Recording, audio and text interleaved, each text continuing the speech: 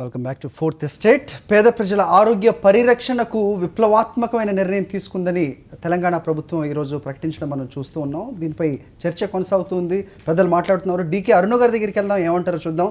అరుణ గారు నమస్తే అండి.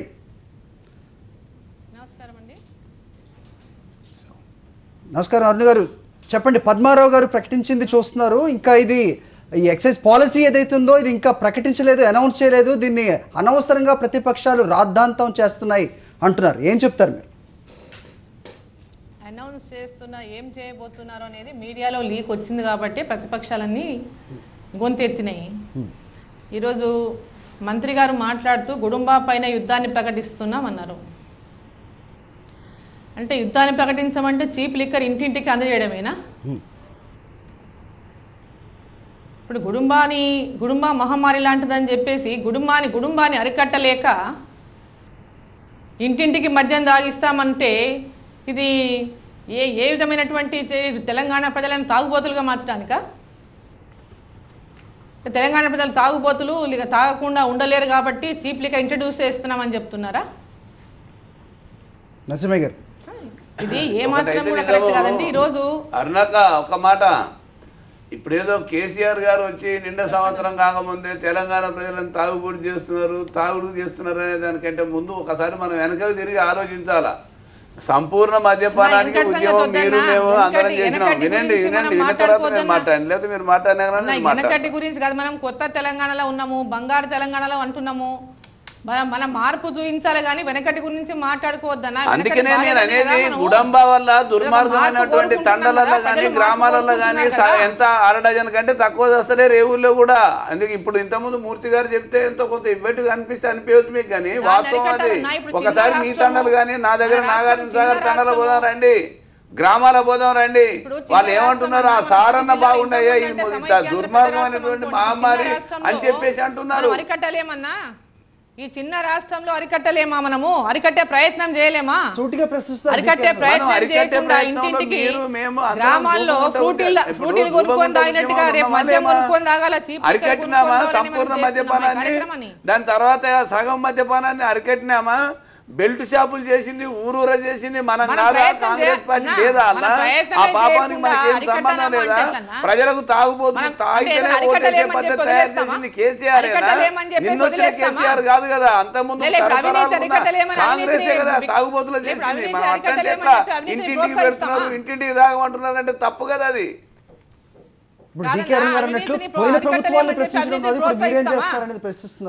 మా వైపు నుంచి మేము గుడంబా తాగడం వల్ల అతి దుర్మార్గమైనటువంటి పద్ధతులలో చనిపోతున్నారు, వాళ్ళను పూర్తిగా అడిక్ట్ అయిన వాళ్ళని పక్కకు పెట్టలేం కాబట్టి అంతకంటే కొంత ఆరోగ్యానికి మంచిదైందని క్రమేపీ తగ్గించాలని ప్రభుత్వం ఒక ఆలోచన చేస్తుంది. ఆలోచనకు మద్దతు ఇవ్వాల్సినటువంటి అవసరం ఉంది. ఎట్లాగా మీరు ఆ మేరకైనా సరే అనకపోతే అల్లరి చేయకపోతే ప్రతిపక్షం కాదులేండి, కాబట్టి అందుకోసం అల్లరి చేయండి. కానీ వాస్తవానికి అయితే అది లేదు. గ్రామాలలో చీప్ లిక్కర్ ఇంటింటికి చీప్ లిక్కర్ పంపిణీ చేయడం అన్నా గుడుంబాన్ని అరికట్టడం అంటే ఇంటింటికి ఆల్రెడీ మీరు సర్వ్ చేస్తున్నారు.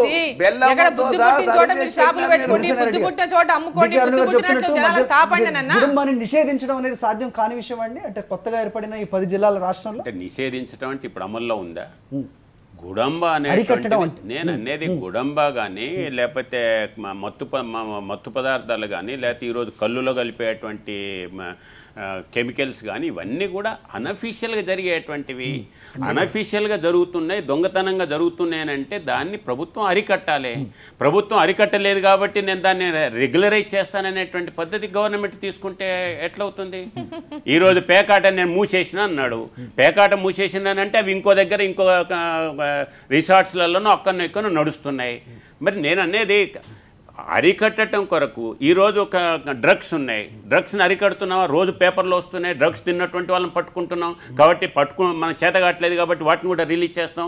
ప్రాస్టిట్యూషన్ ఈరోజు లీగల్గా లేదు కాబట్టి ప్రాస్టిట్యూషన్ జరుగుతుంది, దానికి అరికట్టడం లేదు కాబట్టి దాన్ని కూడా రెగ్యులరైజ్ చేస్తాము అనేటువంటి దాంట్లో ఇంకా చీప్గా చేస్తాం, అనుకూలంగా ఇస్తాం, అందరికీ అందుబాటులో తెస్తాం అనేటువంటి పద్ధతిలో గవర్నమెంట్ మాట్లాడుతుందనంటే టోటల్గా రెడిక్యులస్.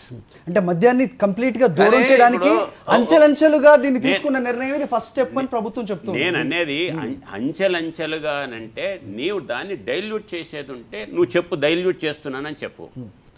లేదు అని అంటే నేను అరికట్టడానికి ఏం చర్యలు తీసుకుంటున్నావో చెప్పు. అరికట్టడానికి ఎన్ని కేసులు బుక్ చేసినావు, ఎంతమంది పనిష్మెంట్ అయింది, గుడంబ తయారు చేసే వాళ్ళు ఎక్కడున్నారో నీకు తెలియదా, గుడంబ తయారు చేసేటువంటి వాళ్ళ మీద ఎన్ని కేసులు పెట్టినావు, ఆ విషయాలు డీటెయిల్స్ చెప్పమనండి. సర్కార్ యొక్క చిత్తశుద్ధి ఏందో బయటపడుతుంది. మాటికి ఎక్కడో ఉండే ఈ ఊర్లో చచ్చారు ఆ ఊర్లో చచ్చారు అని అంటే చచ్చినటువంటి వాళ్ళు ఈసారి తాగి చచ్చారు ఆ సారి తాగి చచ్చారు అన్ని తాగి చచ్చిన వాళ్ళు ఉన్నారు. కానీ నేననేది దాని డీటెయిల్స్ ఇవ్వండి, దాన్ని అరికట్టడానికి ఏం చర్యలు తీసుకుంటున్నారు. బట్టి ఇప్పుడు ఆ బట్టీలు ఒకసారి మనకు పక్కనే అవపడుతున్నాయి. బట్టీలు నువ్వు ఎందుకు మూసేస్తలేవు? బట్టీలు మూసే కాడ మనం ఎంత గొప్పగా పనిచేసినామో గత పాలకులకు మన గత పాలకుల సంగతి ఎందుకు చెప్తున్నావు?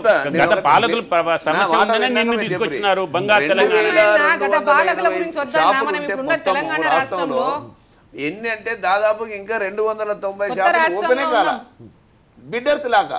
నేను ఏమంటున్నానంటే ఏదో తాగుబోతులు చేస్తున్నాం, రాష్ట్రాన్ని తాగుడుకు మొత్తం బానిసలు చేస్తున్నాం అని చెప్పేసేటువంటి పద్ధతి కాకుండా తాగడం అనేది దుర్మార్గము, తాగడం అనేది శరీరానికి హాని చేస్తుంది, తాగడం వల్ల అనేక రకాల అనర్థాలు వస్తున్నాయి. ఈ నూతి సూత్రాలు చెప్పడానికి ఎవ్వరు వెనకపోయేది లేదు. కానీ నేను అనేది ఏంటంటే నేను మాట్లాడినాక మీరు చెప్పండి సార్. ఇంకోటి ఏంటంటే ఈరోజు వెస్ట్రన్ కల్చర్ అనేది మన ఇంటింట వంట వచ్చినటువంటి పరిస్థితి. అందుకే కదా వైన్ షాపుల కాడ బార్లు తీస్తుంది. నేను మనల్ని చూసినాక సార్ ఒక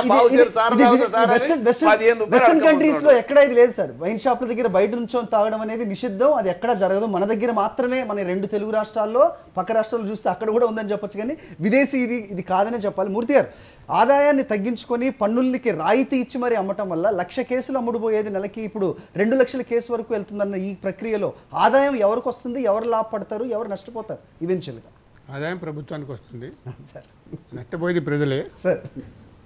ఈ గుడుంబ తీసివేసి లేదా గుడుంబాకి ప్రత్యామ్నాయంగా తక్కువ హానికరమైన లిక్కర్ అమ్మితే దాన్ని ఆక్షేపించాల్సిన అవసరం లేదు. నేను గుడుంబాన్ని రద్దు చేయాలని, గుడుంబాన్ని బహిష్కరించాలని అంటే అసలు అది ఇందాక ఇంద్రసేనారెడ్డి గారు చెప్పినట్టు అది చట్ట ప్రకారం గుడుంబ తయారు చేయకూడదు, అమ్మకూడదు. చట్ట బాహ్యంగానే జరుగుతుంది, అది అక్రమంగానే జరుగుతుంది. దాన్ని అరికట్టే శక్తి ప్రభుత్వానికి లేనప్పుడు ఇక ఇందాక వ్యభిచారాన్ని కూడా మేము చట్టపరం చేస్తామని అన్నారు. చట్టపరం చేసిన దేశాలు ఉన్నాయి, వ్యభిచారానికి కూడా లైసెన్స్ ఇచ్చిన దేశాలు ఉన్నాయి. అది ఎప్పుడైతే మనం దాన్ని నివారించడం సాధ్యం కాదో, దాన్ని ఎప్పుడైతే రద్దు చేయడం సాధ్యం కాదో, ఆచరణ సాధ్యం కాదో, దాన్ని చట్టబద్ధమే మార్గం. కాబట్టి లిక్కర్ని కూడా చట్టబద్ధంగా చేయటంలో తప్పులేదు. కానీ దాన్ని ఏదో త్యాగం చేస్తున్నామని, ఇది ప్రభుత్వం ఆదాయం పోగొట్టుకోవడం సిద్ధంగా ఉందని అని చెప్పడానికి మనం అది ఇప్పుడే నమ్మడం సాధ్యం కాదు. చాలా క్వశ్చన్స్ రైజ్ అవుతున్నాయి నరసింహయ్య గారు. నరసింహయ్య గారు చెప్పకముందు వారు ఇంతకుముందు ఏమన్నారంటే ఈ యొక్క గవర్నమెంట్ యొక్క పాలసీ వలన ఇంకా కొన్ని దుకాన్లు తెరవలేదు, బిడ్డర్స్ రాలేదు అని అన్నారు. దుకాన్లు తెరవకపోతే మేము తెరుస్తామని గవర్నమెంట్ ఎందుకు తెరుస్తుంది చెప్పండి?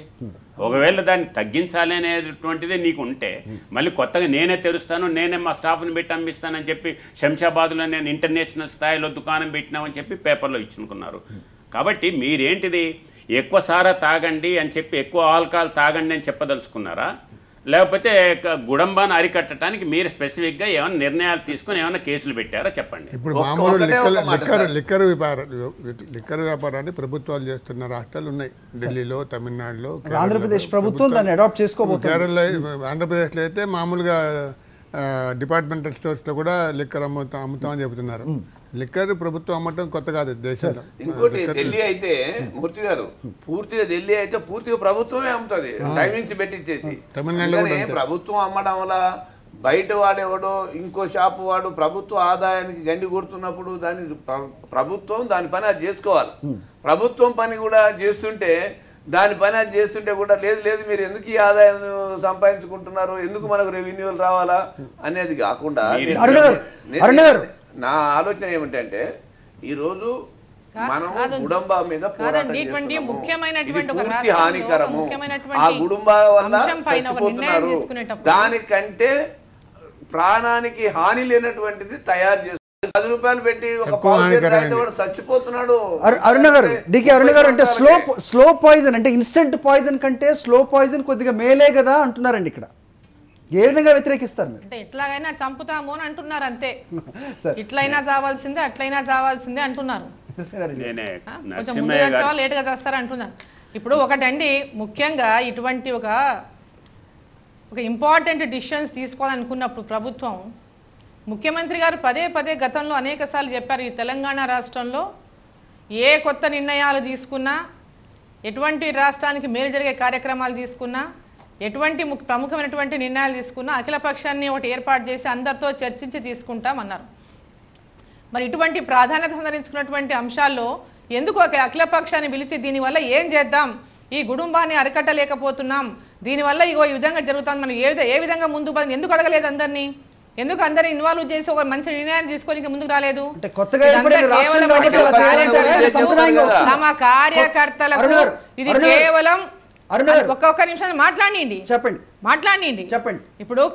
ఇప్పుడు అందరూ అంటున్నారు కేవలం ఒక కుటుంబ పాలన జరుగుతూ ఉంది, కుటుంబం వాళ్ళే మొత్తం సంపాదించుకుంటున్నారు అనేటటువంటి మాట బయట చాలా ఉంది. కింద వాళ్ళ కార్యకర్తల్లో గానీ, వాళ్ళ నాయకుల్లో గానీ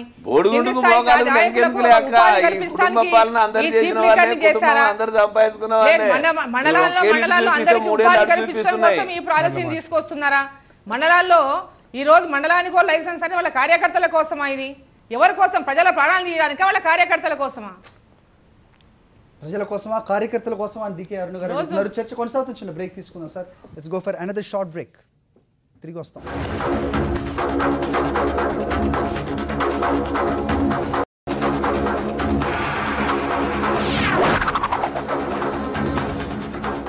welcome back to fourth estate. పేద ప్రజల ఆరోగ్య పరిరక్షణకు విప్లవాత్మక నిర్ణయం తీసుకుంటున్నామని తెలంగాణ ప్రభుత్వం ప్రకటించింది. త్వరలో లిక్కర్ పాలసీని ప్రకటించబోతోంది. ప్రభుత్వ ఆలోచన విధానాన్ని ఈరోజు ఎక్సైజ్ శాఖ మంత్రి పద్మారావు ప్రకటించడం మనం చూసాం. పెద్దలు మాట్లాడుతూ ఉన్నారు. సో చెప్పండి సార్ నరసింహ గారు, ప్రజల ఆరోగ్యాన్ని కాపాడడానికే ఈ చీప్ లిక్కర్ అనడం ఎంతవరకు సమర్థనీయం చెప్పండి? 100% సమర్థనీయము. ఎందుకు అని అంటే ఈరోజు గుడంబా కానీ రకరకాల వీటితో తయారు చేసేటువంటి తండలల్లా గ్రామాలల్లో తయారు చేసేటువంటి దాంతో డజను మంది 1/2 డజను మంది ప్రతి సంవత్సరం చావకుండా ఉండడం లేదు. గతంలో సార తాగిన వాళ్ళే వీళ్ళు. ఆ సార దుర్మార్గమైన మహమ్మారి అని మనమందరం కూడా ఈసడించుకొని దాన్ని రద్దు చేయాలనుకున్నాం. కానీ రెడ్డి గారు చెప్పినట్టు దాన్ని అరికట్టడానికి మీరు చేసిన ప్రయత్నం జరిగింది. జరిగిన అరెస్టులు ఎన్ని, కూలగొట్టిన బట్టీలు ఎన్ని అని అడిగారు. నేను ఒకటే చెప్తున్నా, సోషల్గా మనం అందరం కలిసే కదా ధూపగుంటకు వ్యతిరేకంగా అనుకూలంగా పనిచేసింది. మనం అందరం అనుకున్నాకనే కదా ప్రభుత్వం సంపూర్ణ మద్యపానం పెట్టింది. ఆ రోజున్న పాలకులు కావాలనే కదా అమ్మ దీన్ని అరికట్టలేకపోతున్నాం, కర్ణాటక చుట్టుపక్కల రాష్ట్రాలు మొత్తం మన రాష్ట్రంలో చేరుతున్నాయని చెప్పేసి మళ్ళీ తీసుకొచ్చి పెట్టింది.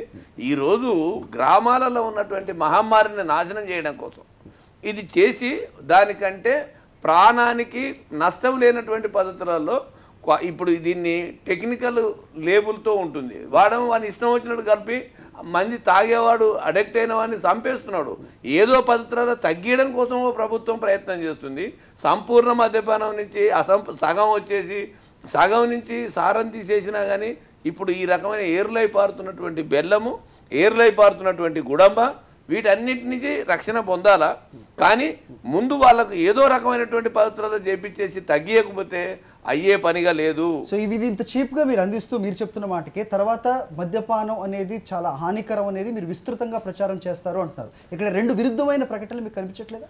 100% అది చేస్తేనే వాడికి అర్థమవుతుంది. తాగిన నిషేధం విన్నాక తాగించి తర్వాత వద్దని చెప్పాలా? ఇంద్రసేన రెడ్డి గారు ఏమంటారు? మీరు అది అనివార్యంగా ప్రచారం చేస్తామని చెప్తున్నారు. తర్వాత అంటే మీరు మద్యం తాగొద్దని చెప్పి ప్రచారం చేస్తున్నారు అని అంటే ఇంతకంటే కాంట్రరీకి స్టేట్మెంట్స్ ఇంకోటి ఉండవు. ఒకవైపు వాళ్ళ ఆఫీసర్స్ ఎక్సైజ్ దీంట్లో ఈ సంవత్సరం ఈ నెలలో ఎంత సేల్ వచ్చింది, ఇంకెందుకు సేల్ రాలేదు, సేల్ ఎందుకు పెంచలేదు, ఇన్కమ్ ఎందుకు తేలేదని చెప్పి వానికి నోటీసులు ఇస్తావు. రెండో వైపు మీరు తాగొద్దు అని చెప్తారంటే ఎంత ఆత్మవంచన అండి. మనం మాట్లాడేదానికి అర్థం లేకుండా చేస్తారు. తర్వాత ఇది ఒక విషయం. రెండోది, ఇంతకుముందు పదే నరసింహయ్య గారు ఏం చెప్తున్నారంటే గుడంబా తాగి సార తాగి అడిక్ట్ అయినటువంటి వాళ్ళకు కనీసం దీని కొరకు నెమ్మదిగా ఇచ్చేద్దామని చెప్తున్నారు. అడిక్ట్ అయినటువంటి వాళ్ళను మళ్ళీ సార తాపి దించరు. ఎడిక్ట్ అయినటువంటి వాళ్ళకి సపరేట్గా ట్రీట్మెంట్ ఉంటుంది, వాళ్ళ కొరకు సపరేట్ అయిన మెడిసిన్స్ ఉంటాయి, సైకలాజికల్ ట్రీట్మెంట్ ఉంటుంది. లేదు, బలవంతంగా కూడా తీసుకెళ్ళొచ్చు, బలవంతంగా కూడా తీసుకెళ్ళినటువంటి సందర్భాలని బలవంతంగా కూడా తీసుకెళ్ళొచ్చు. ఈరోజు మనం పోలీస్ స్టేషన్కి ఎవరైనా రాగానే మీరు కౌన్సిలింగ్ ఇచ్చి పంపండి, వాళ్ళని పేరెంట్స్ని తీసుకొచ్చి చెప్పండి అని ఎందుకంటున్నారు? ఇది కూడా అంతే. కాబట్టి ఎవడైతే తాగుతున్నాడో, ఎవడైతే ఇల్లిసిట్ దుకాణం తయారు చేస్తున్నాడో వాని మీద పనిష్మెంట్ చేయాలి.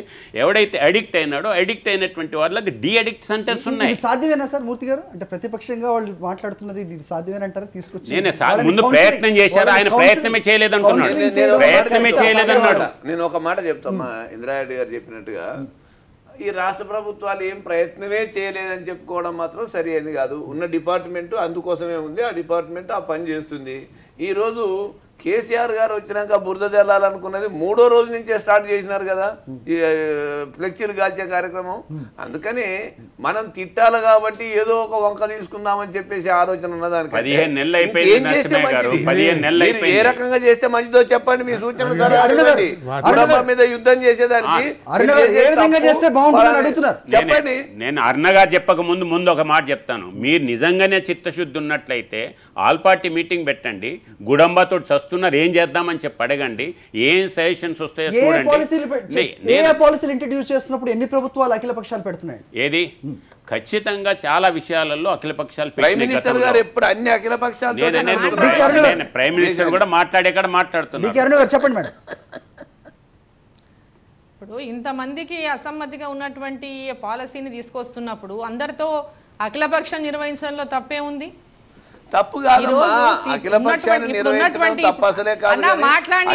నువ్వు అసలు మాట్లాడనియవు కదన్నా, నువ్వు అప్పుడు ఎట్లా మాట్లాడుతుంటివన్నా ప్రభుత్వంలో ప్రతిపక్షంలో ఉన్నప్పుడు? ఇప్పుడు ఏమన్నా మాట్లాడుతున్నావు? మాట్లాడండి మేడం, చెప్పండి మేడం. ఇప్పుడు ఇప్పటికే ఉన్నటువంటి మద్యం షాపులతో బెల్ట్ షాపులు వద్దని, బెల్ట్ షాపులు ఎక్కడ ఊళ్ళలో ఏ ఒక్క 2 సీసాలు 3 సీసాలు పట్టుకపోయినా కేసులు బుక్ చేసి ఇప్పుడేమో ఇంటింటికి మద్యం పంపడానికి మళ్ళీ చీప్ లిక్కర్ పాలసీ తీసుకొస్తున్నారు. అంటే ఇప్పటికే గ్రామాల లోపల ఈ చీప్ లిక్కర్ తాగుతూ ఉన్నటువంటి మద్యం షాపులలోనే లిక్కర్ తాగుతూ గ్రామాల్లో ప్రశాంతత లేదు. సాయంత్రం పూట తాగిన తర్వాత కష్టపడి వచ్చి ఇంటికాడ ఉండేదో లిక్కర్ తాగి వచ్చి ఇంటికాడ ఉండి గొడవలు, ఊర్లో గొడవలు. ఈరోజు యువతకు కూడా మీరు ఏ మార్గం చూపించబోతున్నారు? తెలంగాణలో కొత్త యువతకి ఈరోజు ఏ మార్గం ప్రతి ఒక్కరిని తాగమని మనం ఈ మార్గం చూపిస్తున్నది.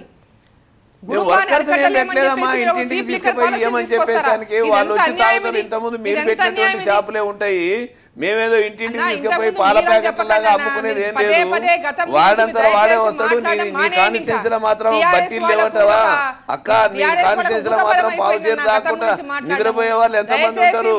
అంత శ్రీ వైష్ణవులేనా? అన్ని బట్టీలు నడుస్తున్నాయి. తెలుగుదేశం పార్టీలో ఉన్నటువంటి చంద్రశేఖరరావు గారికి ఇంకా గాలి వాసన పోలేదన్నా. ఆ రోజు జన్మభూమిని మార్చి రోజు గ్రామ జ్యోతి పెట్టారు. ఆ రోజు బెల్ట్ షాపులను తీసి ఈ రోజు చీప్ లిక్కర్ గ్రామానికి పంచుతున్నారు. అదే ఇద్దరిది ఒకటే పాలసీ, వేరే పాలసీ లేవు. ఇద్దరిది ఒకటే పాలసీ అన్న. ఆ రోజు ఇద్దరు కలిసి ఉన్నటువంటి వాళ్ళే ఈ రోజు 2 రాష్ట్రాలకు ముఖ్యమంత్రి అయినారు. వాళ్ళ ఆలోచనలు మాత్రం మారలేదు, అదే ఆలోచనలు పేర్లు మాత్రం మారినాయి అంతే. సో 2 రాష్ట్రాల ఆలోచనలు ఒకే విధంగా పోతున్నాయని చెప్తున్నారు అరుణ్ గారు. చర్చ కొనసాగుతుంది. మరొక చిన్న బ్రేక్ తీసుకుందాం అరుణ్ గారు, మరొక చిన్న బ్రేక్, తిరిగి వద్దాం. చూస్తున్నాం.